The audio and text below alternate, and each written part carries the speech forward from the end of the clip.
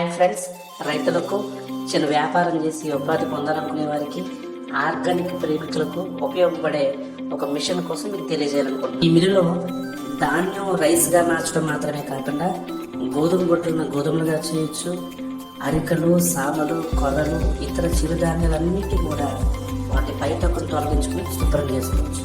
ఈ machine KHP మోటార్తో run అవుతుంది. Single phase current తో పనిచేస్తుంది. గంటకి 120 నుంచి 200 కేజీలు ఆడుతుంది. ఈ మిల్లు ఎలా పనిచేస్తుంది వీడియోలో చూడండి. ఇలా ధాన్యం వేస్తే అలా బియ్యం అనమాట. ఎవరైనా ఆడుకోవచ్చు, ఎక్కడికైనా తీసుకెళ్లొచ్చు.